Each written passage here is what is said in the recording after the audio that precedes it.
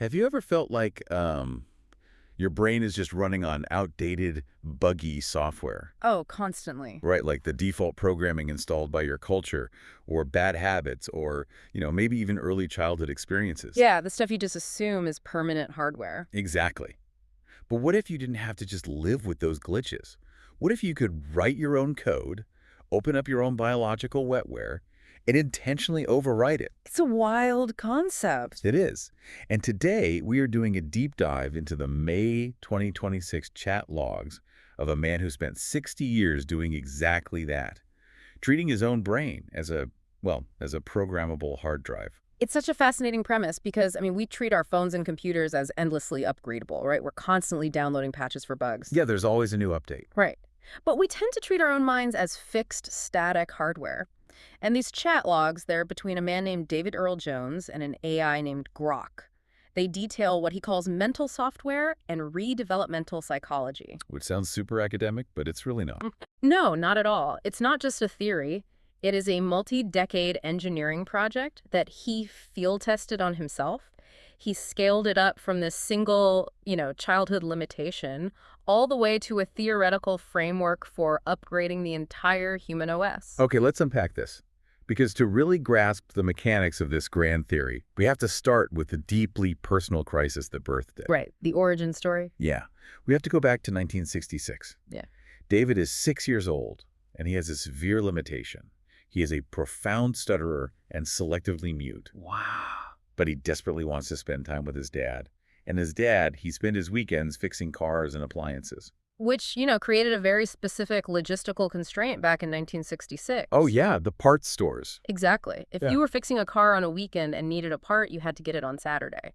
Because auto parts stores were strictly closed on Sundays. So there is zero margin for error here. Yeah. If David wants to be useful, if he wants to, earn that time with his dad, he has to be the one to call the parts stores on Saturday morning. A 6-year-old. A 6-year-old who physically freezes up when he tries to speak. If he stammers, if the guy on the other end hangs up, the call fails.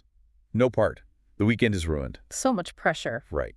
So he doesn't just try to, try harder. He engineers a solution. He reverse engineers exactly what the parts counter needs to hear and collapses it into a single, high-precision, verbal payload. Price and availability. Yes, Yeah. price and availability. And the precision there is the key to the whole framework. He didn't ask, do you have this? Because that's not enough data. Right. If he only asked for the price, it might be cheap, but out of stock. If he only asked for availability, it might be there, but way too expensive.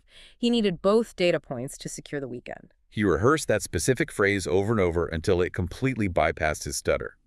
It's exactly like programming a macro or a hotkey on a computer. Oh, that's a great analogy. Yeah, like if you have a broken keyboard, say your spacebar and your val keys are totally jammed, you don't keep mashing the broken plastic. No, you just get frustrated. Exactly. You program a single rehearsed input, a hotkey that reliably executes a complex output, completely bypassing the damaged hardware. That is an excellent way to frame it.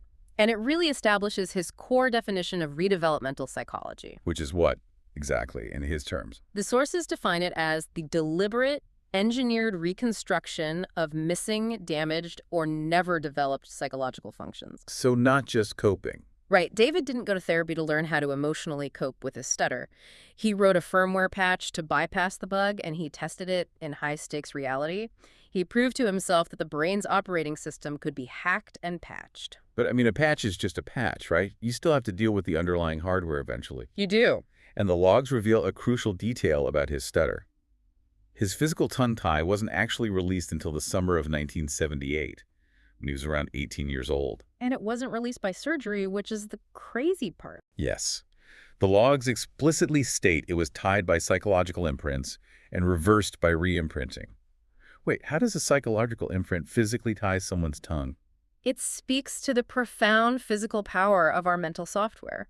We often think of psychology as abstract thoughts, just stuff in our heads. Right. But severe trauma or anxiety can manifest as chronic, deeply embedded psychosomatic tension. The muscles in the jaw, the throat, the tongue, they can literally lock up based on a software instruction. Like a protective mechanism gone rogue. Exactly. Through intentional psychological reimprinting, David managed to send a new signal to those muscles to finally release the physical scripture. So the hardware limitation was actually a deep software lock the whole time. Yes. But even after that physical release in 1978, the guy didn't just suddenly start giving TED Talks. Oh, no. He had to actively teach himself to speak from scratch. He had to deliberately build the neurological speech functions that most of us develop automatically when we're toddlers. Which requires a map of how the brain processes information. And he found that map in the early 1980s when he discovered neuro-linguistic programming, or NLP. Okay, NLP. Specifically, he read a book called Frobs into Princes and encountered the eye accessing chart. The AI logs note that this chart logged into his mind and fundamentally shifted his trajectory. Why an eye chart? I mean, I know NLP looks at how language and behavior intersect, but why were eye movements the big breakthrough for him? Because the eye accessing chart posits that where a person looks indicates exactly how they are accessing internal information. Oh, like if they're looking up or down? Yeah. If I ask you to picture a purple elephant, your eyes might briefly dart up and to the left, indicating visual recall. Okay. If I ask you to remember the sound of your mother's voice, your eyes might move laterally, accessing auditory memory. For David, this was revolutionary. It meant that invisible internal cognition had a visible, readable user interface. It proved there was a diagnostic screen for the wetware. Precisely. And if you can read the interface, you can start writing new code. This realization directly powered his 1985 vision of a BCL, or brain-computer link. Right. He realized you could systematically access and rewire internal processing. Yes. He didn't stop with his own wiring. Let's jump forward to 2010. David is running something called the NLP Action Games. And he's moved far beyond his own speech. He's way beyond. He creates a custom memory recall, new part, named George. And he installs George in a client who had lost their memory due to a traumatic brain injury and a coma. Which sounds impossible. Right, hold on a second. I get programming a macro for a stutter. But this is a person with physical organic brain damage from a coma. You can't just install software on a broken hard drive. How is that mechanically possible? It's a vital distinction, and it goes to the heart of neuroplasticity. According to the BCL framework, David was absolutely not trying to repair the damaged biological circuits. So he wasn't fixing the broken part. No. The organic tissue in the hippocampus, or wherever the injury occurred, was compromised. Instead, he used NLP anchoring to build an entirely new bridge. How does that work in practice? Well, think about how state-dependent memory works. Sometimes a specific smell instantly transports you to a childhood memory. Oh, yeah, like the smell of pine needles or something. And that's an anchor. Oh. David used intense, calibrated sensory anchors, perhaps tying a specific physical touch or a kinetic motion to a physiological state of certainty to construct a rudimentary functional retrieval path. And that path was George. Exactly. George was the name of this newly engineered psychological part. It was a third-party application designed to retrieve information routed through intact neural pathways, bypassing the damaged sector entirely. That is wild. It proved his mental software could scale to external users. Okay, so if he's proving he can install upgrades in other people, that introduces a massive variable, human interaction. Oh, absolutely. You can't just have people hacking their own brains and walking out into society without a rule book. And the sources outline this incredibly detailed structure David built to manage this, called the military analog stack. Right, starting from the physical body and moving outward. So the base layer, the foundational code, is from 2010. He calls it the infantry layer, or the 5 reflexes. These are purely physical, somatic skills. Yeah. If you are listening to this right now, pay attention to how you are sitting or standing. Are you shrinking yourself? Reflex 1 is simply taking up space with whole organism breathing, standing shoulder width apart and breathing deeply into your core. Grounding yourself. Reflex 2 is push establishing your physical boundary with calibrated rapport. Reflex 3 is pull inviting connection. Reflex 4 is a nonverbal usher guiding someone's physical movement, using pushing and pulling without speaking. And then reflex 5. Right, reflex 5 is a verbal usher using voice and gesture to direct someone without touching them at all. Notice the progression of those reflexes. It moves from internal somatic grounding to physical boundary setting to energetic and verbal leadership. It builds up. He is arguing that you cannot navigate complex social dynamics, let alone rewrite your mental software, if you don't first claim the physical space your organism occupies. It installs an automatic, embodied response for personal power. Which sets the stage for moving out into the world. That's the cavalry layer, developed between 1978 and 1982. He calls these the 3 laws of driving. The rules for moving through life at speed. Yeah. Law 1, Don't have accidents, meaning don't cause them, don't cause others to have them, and don't get sucked into someone else's drama. Crucial point, avoiding the drama. Law 2, don't get tickets, keep moving forward without triggering systemic penalties. And Law 3, be courteous. And the operating principle for Law 3 is fascinating. The power to yield is the power to control the flow of traffic. That phrase completely redefines control. It really does. We usually equate control with aggressive dominance, forcing your way through. But if you can yield without losing your objective, if you can accommodate the momentum of others smoothly, you actually dictate the rhythm of the entire interaction. It makes sense in theory. But then the sources showed David applying these 3 laws to a literal high-stakes situation. He developed a protocol for turning traffic stops into courtesy stops. This is where it gets intense. The rules are wild. Pull over where there are witnesses. Get out of the car before being told to. Keep your hands visible and open. And sincerely thank the armed officer for the courtesy stop. Yeah. Wait, getting out of the car before an armed officer tells you to? That goes against every survival instinct and legal advice we are ever given. That sounds like a great way to get shot. It does, and it is undeniably high risk. But we have to look at the mechanism behind it, what David calls his scripting theory. Scripting theory. Of the why. The goal here is to fundamentally shatter the default script of the encounter. Think about a standard traffic stop. The default software script for both parties is adversarial tension. Oh yeah, everyone's adrenaline is spiking. The officer approaches expecting fear, defensiveness, or aggression. It is essentially a tense tax collection event. Right. So by getting out slowly, with hands completely open and visible, and reframing the interaction verbally as a courtesy stop, under what he calls ancient common law, he is forcing a massive pattern interrupt. Now, to clarify, ancient common law here isn't some sovereign citizen legal loophole, right? No. He uses it to describe an archetypal peer-to-peer honor system between 2 humans. He is using high-level mental software to compel law enforcement to step out of their adversarial script and see the driver as a cooperative peer. But to pull that off without escalating the danger. That is exactly why it requires total mastery of the infantry-level somatic reflexes. You have to maintain absolute internal grounding. If you project even an ounce of nervous energy or hidden aggression, the officer's instincts will trigger. You have to embody pure, calm courtesy to rewrite the interaction in real time. Okay, so we have physical reflexes, and we have tactical laws for moving through the world and interrupting conflict. But how do you measure success in an operating system like this? You need a metric. Every system needs a metric, a way to track value. And David's OS runs on something called the coin of the realm. This is the economic engine of the entire framework. The coin of the realm is the universal medium of exchange in his upgraded human OS. And the technical term he uses is causative psychological equity. Causative psychological equity. That is a heavy, dense phrase. Let's translate that. How do you actually mint this coin? It comes from the action games. Right, the logs explain it comes from the signature rule of his NLP action games.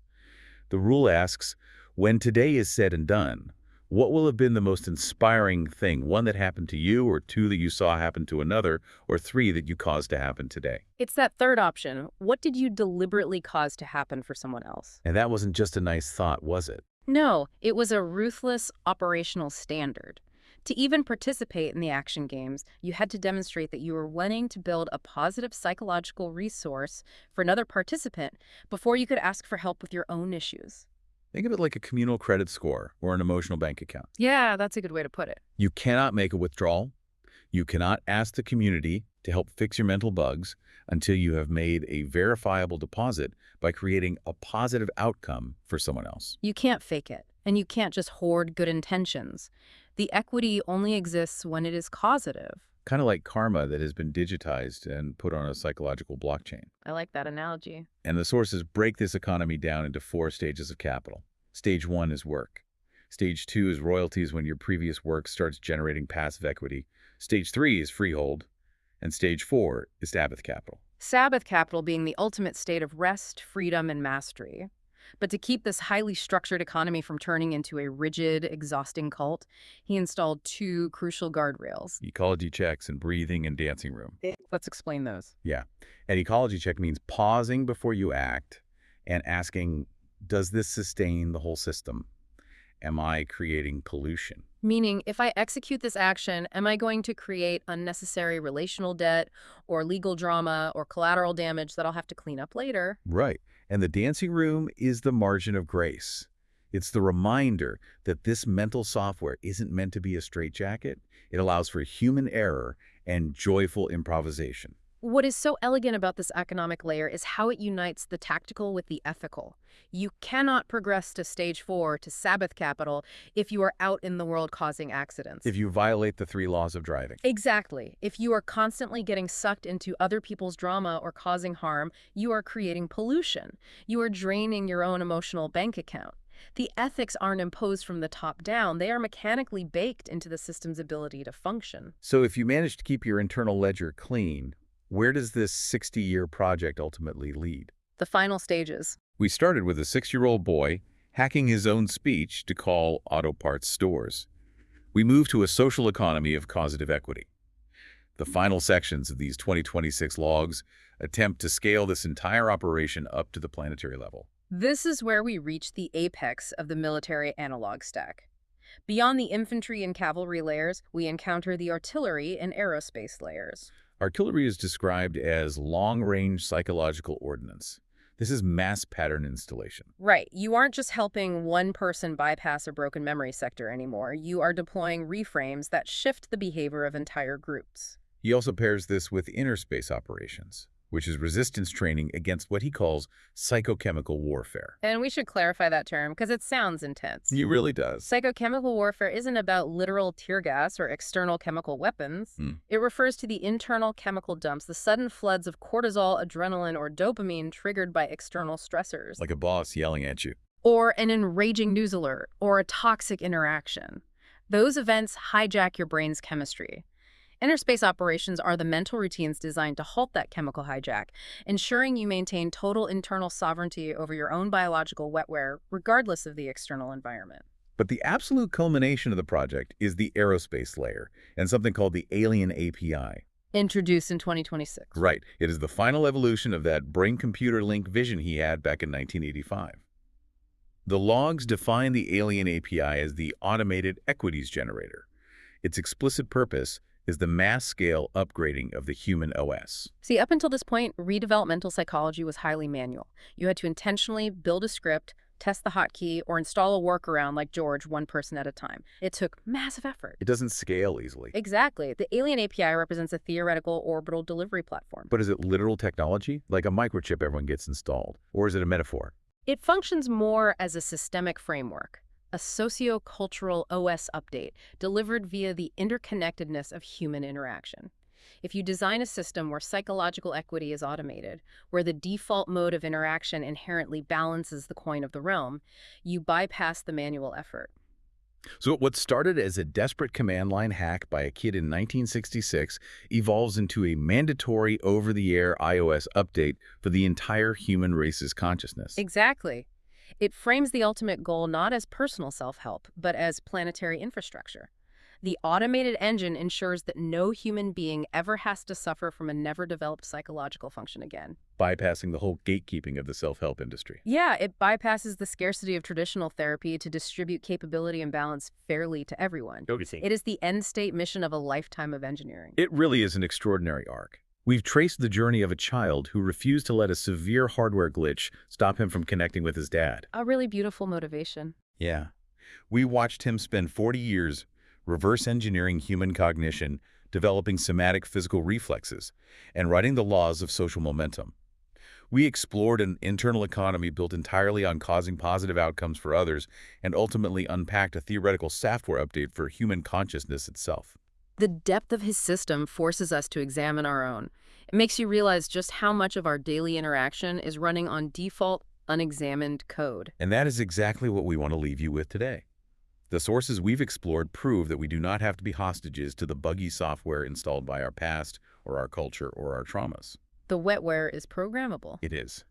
So if you could pause right now, today, and write a single customized script, just one line of code to completely bypass a recurring glitch in your own behavior, what would that line of code be? And more importantly, are you brave enough to field test it in the real world today?